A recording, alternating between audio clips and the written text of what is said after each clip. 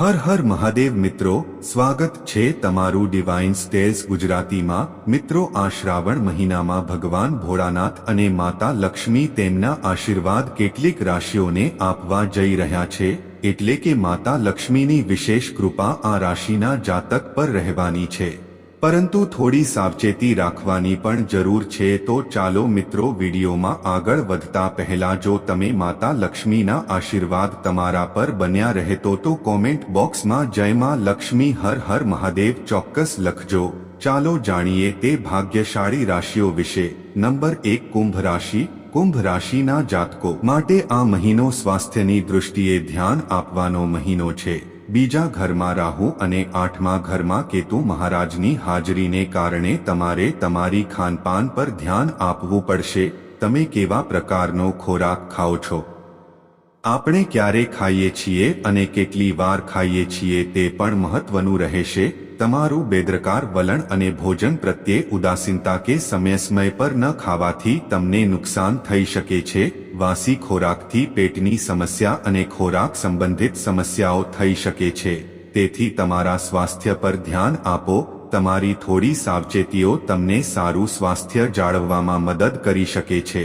સૂર્ય 6ઠા ભાવમાં હોવાથી રોગ પ્રતિકારક શક્તિમાં વધારો થશે અને રોગો નિયંત્રણમાં આવશે। જો કે 16 ઓગસ્ટે સૂર્ય 6ઠા ભાવને છોડીને 7મા ભાવમાં જશે અને 22 ઓગસ્ટે બુધ 6ઠા ભાવમાં જશે અને 25 ઓગસ્ટે શુક્ર 8મા ભાવમાં જશે અને મંગળ પણ 5મા ભાવમાં જશે।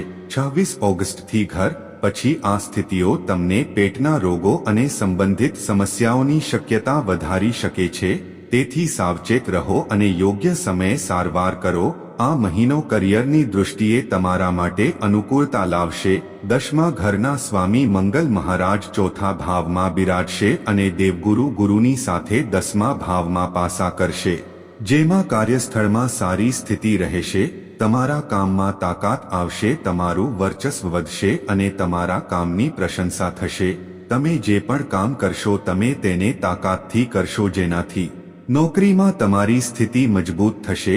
તમારા ઉપરી અધિકારીઓ પણ તમારા કામથી ખુશ જણાશે અને તમને કોઈને કોઈ રીતે પુરસ્કાર પણ આપી શકે છે। 2-6 ઓગસ્ટથી મંગળ 5મા ભાવમાં જશે, જે 10મા ઘરથી 8મું ઘર છે। આ સાથે તમને નોકરી બદલવામાં થોડી સફળતા મળી શકે છે। જો તમે લાંબા સમયથી તમારી નોકરી બદલવાની ઈચ્છા ધરાવો છો તો આ સમય દરમિયાન તમને કેટલીક તક મળી શકે છે, જેના કારણે તમારી વર્તમાન નોકરીમાં ફેરફાર થવાની સંભાવના છે। આ પરિવર્તન તમારા સારા માટે હશે, તેથી તેને બંને હાથે સ્વીકારવાનો પ્રયાસ કરો। મહિનાની શરૂઆતમાં સૂર્ય મહારાજ 6ઠા ભાવમાં સ્થાન પામશે, જેના કારણે સરકારી ક્ષેત્રમાં નોકરીની તકો પણ મળી શકે છે। જો તમે પ્રયાસ કરી રહ્યા છો તો તમને સફળતા મળશે અને જો તમે પહેલાથી જ સરકારી નોકરીમાં છો તો આ સમય વધુ લાભદાયક રહેવાનો છે। મહિનાની શરૂઆત વેપારી લોકો માટે ખૂબ જ સારા પરિણામ લાવશે। શુક્ર અને બુધ બંને 7મા ભાવમાં હશે અને તમારી રાશિના સ્વામી એવા પૂર્વવર્તી શનિ દ્વારા પાસા કરવામાં આવશે અને 4થા ભાવમાં બેઠેલો મંગળ પણ તેમની દ્રષ્ટિ કરશે। વેપારમાં કેટલાક નવા સંયોગો થશે, કેટલાક નવા સંપર્કો લાભદાયી રહેશે અને વેપારમાં પ્રગતિ થશે। 1-6 ઓગસ્ટથી સૂર્ય પણ 7મા ભાવમાં પ્રવેશ કરશે અને તમારા વ્યવસાયને સંપૂર્ણ પ્રગતિના માર્ગે આગળ ધપાવશે, જેના કારણે તમને સારી સફળતા મળશે। પ્રેમ, લગ્ન, વ્યક્તિગત સંબંધ। જો આપણે તમારા પ્રેમ સંબંધ વિશે વાત કરીએ તો આ મહિનો તમારા પ્રેમ સંબંધ માટે ખૂબ જ અનુકૂળ રહેવાનો છે। તમે તમારા પ્રિયતમની ખૂબ નજીક રહેશો, તમારા બંને વચ્ચે ઘનિષ્ઠ સંબંધોમાં વધારો થશે, રોમાંસથી ભરેલું વાતાવરણ રહેશે, એકબીજાને ઘણો પ્રેમ આપશે। તમારા પ્રિય સાથે તમારા લગ્ન પણ નિશ્ચિત થઈ શકે છે, જે તમને ખૂબ ખુશ કરશે। આમ તો આ મહિનો તમને દરેક પ્રકારની ખુશીઓ આપી શકે છે, પરંતુ 5મા ભાવનો સ્વામી બુધ 22 ઓગસ્ટે કર્ક રાશિમાં પરત ફરશે। આ સમય તમને પરેશાનીઓ આપી શકે છે। નાની નાની વાત પણ તમારા બંને વચ્ચે ઝઘડાનું કારણ બની શકે છે, તેથી તમારી વાણી પર નિયંત્રણ રાખો, કારણ કે વધુ બોલવાથી તમને નુકસાન થઈ શકે છે। તેથી ઓછામાં ઓછી વાત કરો અને ધીમે ધીમે સમય પસાર કરો। વિવાહિત લોકોની વાત કરીએ તો શનિ મહારાજ પોતાની રાશિમાં પૂર્વવર્તી સ્થિતિમાં હશે અને તમારા 7મા ઘર પર સંપૂર્ણ નજર નાખશે, જે તમારા લગ્ન જીવનમાં કેટલીક સમસ્યાઓ લાવી શકે છે, અથવા બીજા શબ્દોમાં કહીએ તો તમારું કઠોર વર્તન તમારા જીવનસાથીને કેટલીક સમસ્યાઓ લાવી શકે છે. પરંતુ મહિનાની શરૂઆતમાં શુક્ર અને બુધ પણ 7મા ભાવમાં રહેશે, જેના કારણે તમારા સંબંધોમાં પ્રેમ અને સંબંધની ભાવના રહેશે. 7મા ભાવમાં મંગળના પક્ષને કારણે વચ્ચે ઝઘડા કે લડાઈની સ્થિતિ બની શકે છે, જેને તમારે સમયસર ઉકેલવી પડશે. 2 ઓગસ્ટે બુધ 6ઠા ભાવમાં, શુક્ર 25 ઓગસ્ટે 8મા ભાવમાં અને મંગળ 26 ઓગસ્ટે 5મા ભાવમાં જવાના કારણે તમારા વૈવાહિક જીવનમાં ઉતાર-ચઢાવનો સામનો કરવો પડી શકે છે. તેથી આ મહિને સાવચેત રહો, ખર્ચ પર ધ્યાન આપો. સલાહ: તમારે શ્રી રાધા રાણીજીની પૂજા કરવી જોઈએ. શુક્રવારે દેવી શ્રી મહાલક્ષ્મીને સ્ફટિકની માળા અર્પણ કરો. શનિદેવના બીજ મંત્રનો જાપ પણ તમારા માટે ફાયદાકારક રહેશે. શનિવારે રાધા કૃષ્ણ નામનો જાપ કરવાથી તમારી બધી મનોકામનાઓ પૂર્ણ થશે. કુંભ રાશિ હેઠળ જન્મેલા લોકો માટે આ મહિનો ખૂબ જ અનુકૂળ રહેશે, પરંતુ ઉત્તરાર્ધમાં કેટલીક સમસ્યાઓ આવી શકે છે. તમને તમારી નોકરીમાં સારા પરિણામો મળશે અને તમે તમારી મહેનતથી સારી રીતે તમારી છાપ બનાવી શકશો. પારિવારિક જીવનમાં સુખ શાંતિ રહેશે. કોઈ પણ મિલકત ખરીદી શકો છો. જ્યાં સુધી વિવાહિત લોકો માટે આ મહિનો સાનુકૂળ છે, સાથે જ તમને કોઈ મોટી સફળતા અને અચાનક ધનલાભ પ્રાપ્ત થવાની સંભાવના છે. ત્યાંથી જ તમારે માં લક્ષ્મીને પ્રાર્થના કરવી જોઈએ અને તેમના આશીર્વાદ લેવા જોઈએ. હવે જાણીશું બીજી ભાગ્યશાળી રાશિ કઈ છે. નંબર 2 સિંહ રાશિ. સિંહ રાશિના જાતકો સ્વાસ્થ્યની દૃષ્ટિએ આ મહિનો થોડો નબળો રહેવાની સંભાવના છે.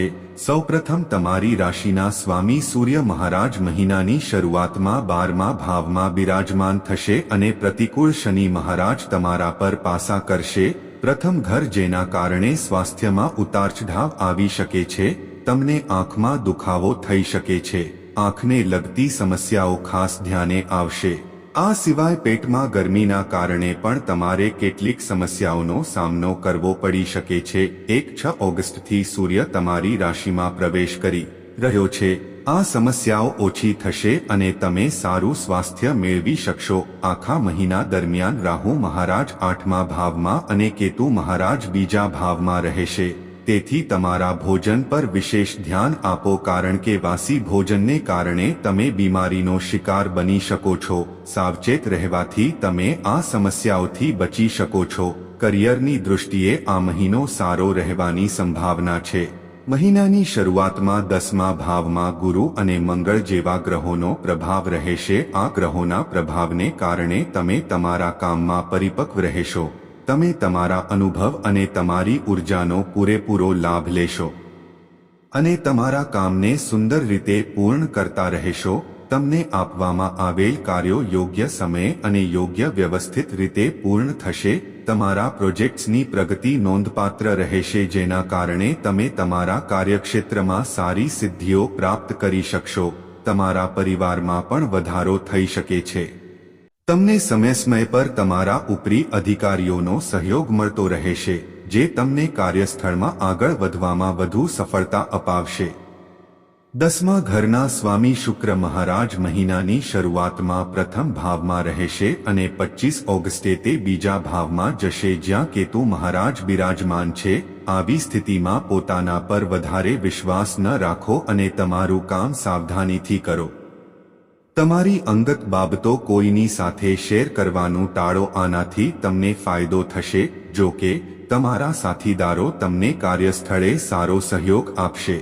7મા ભાવમાં 6ઠા ભાવના સ્વામી શનિ મહારાજની પશ્ચાદવર્તી ગતિને કારણે તમે તમારા કાર્યક્ષેત્રમાં ખૂબ જ મહેનત કરશો અને તમે બધું આપીને તેને વધુ સારું બનાવવા ઈચ્છશો, જેનાથી તમારી લોકપ્રિયતામાં વધારો થશે અને લોકો તમારી મહેનત જોઈને તમારાથી પ્રેરિત. જો તમે વેપાર કરો છો તો એવી સંભાવના છે કે શુક્ર અને બુધ જેવા ગ્રહો મહિનાની શરૂઆતમાં 7મા ભાવમાં રહે છે, જે વ્યવસાય માટે અનુકૂળ પરિસ્થિતિઓ બનાવશે.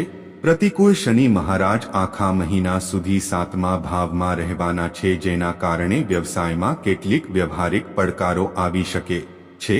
તમને શ્રમ સંબંધિત કેટલીક સમસ્યાઓ થઈ શકે છે.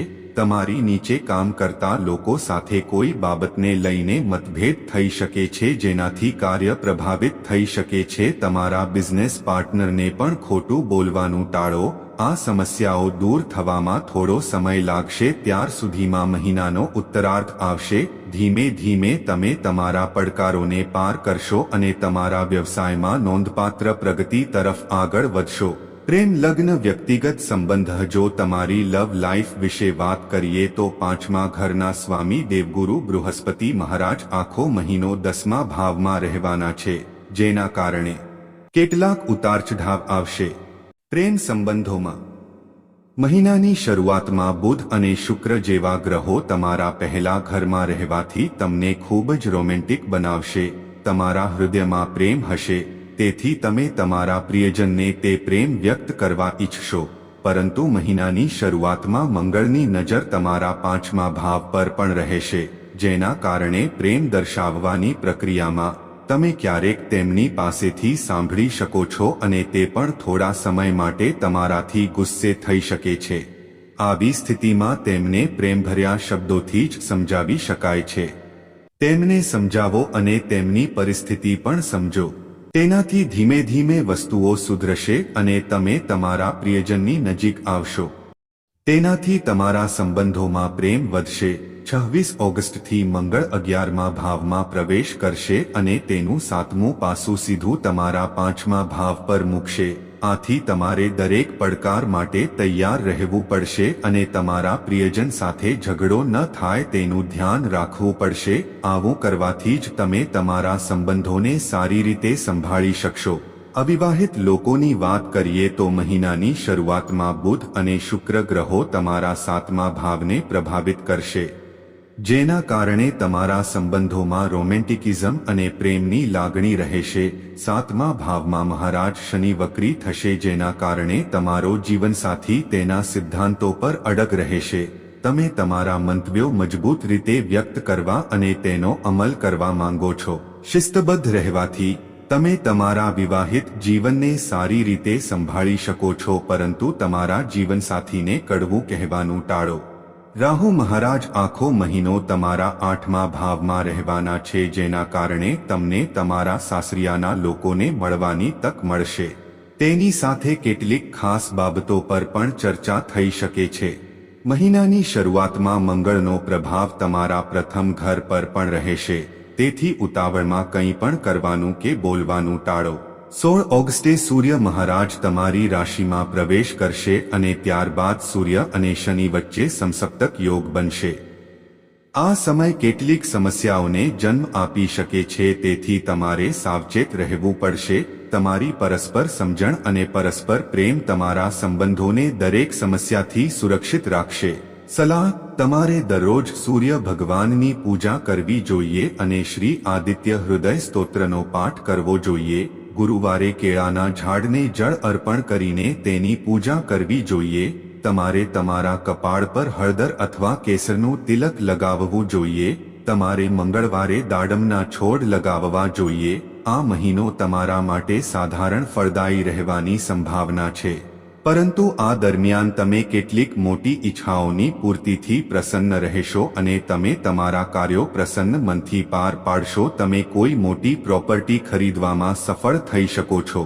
ત્યારબાદ 26 ઓગસ્ટથી મંગળ મિથુન રાશિમાં તમારા 11મા ભાવમાં પ્રવેશ કરશે. આ સમય દરમિયાન ભાગ્ય તમારો સાથ આપશે અને તમને પ્રોપર્ટીની ખરીદી અને વેચાણથી લાભ મળી શકે છે. પરિવાર ખુશ રહેશે. આ સમય પરિવારની ખુશીમાં વધારો કરશે. મિત્રો, આવા જ વધુ વિડીયો જોવા ચેનલને લાઈક, સબસ્ક્રાઇબ કરીને બેલ આઇકન પણ પ્રેસ કરજો. જય શ્રી કૃષ્ણ. રાધે રાધે.